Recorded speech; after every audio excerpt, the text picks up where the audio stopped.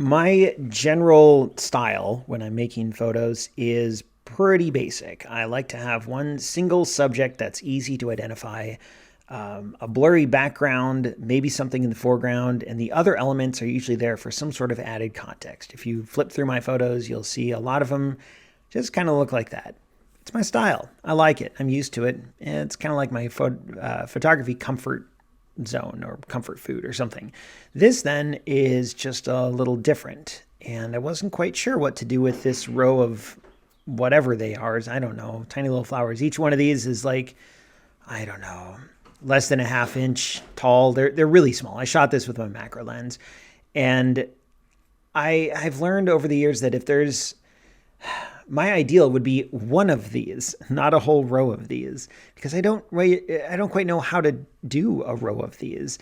And if I have like a bunch of flowers, or a bunch of something, I just find it difficult to figure out how to compose a shot where you can see what's going on and have an interesting composition. So what I did is what I attempted to do was get everything on more or less the same focal plane. So there's no foreground background going on, although the background is just some green leaves from the rest of the plant, or maybe another plant behind it. But it's all like everything is flat. It's along the same plane of focus.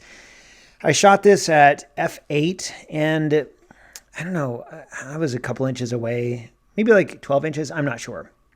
Whatever it was, I was far enough away that f8 gave me most of these pretty sharp and in focus, with just a little variation. You can see there's one or two that are maybe on the little farther behind that are out of focus. And I kind of like that. It gives this some depth and dimensionality. But generally speaking, these are all on the same plane of focus, and they're all pretty sharp and in focus.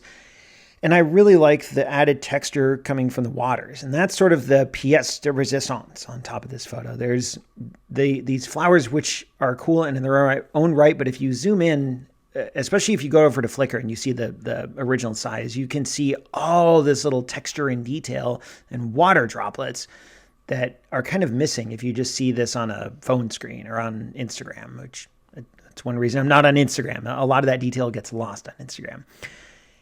And it worked out pretty well. I think the trickiest part was simply getting the shot. This is really low to the ground, like maybe a foot off the ground. And so I had to use live view on my D750, which is not a great experience. It's okay for static subjects, but it's just not even close, like not in the same ballpark at all as a modern mirrorless camera today, where live view is like essentially indistinguishable from phase detect autofocus that we've had on DSLRs for years. That's not the case with this D750. But it wasn't really windy. There wasn't, I wasn't really moving. Live view worked great to compose a shot, but my hands were kind of vibrating a little bit since I had to bend down and contort myself at a bit of an odd angle. In the end though, this shot works great. I'm really happy with it. It's certainly kind of unique among my collection of photos. I don't have a lot of shots like this. And so it's really fun to stretch myself a little bit, try something new, and see it work out in a way that maybe you didn't expect before.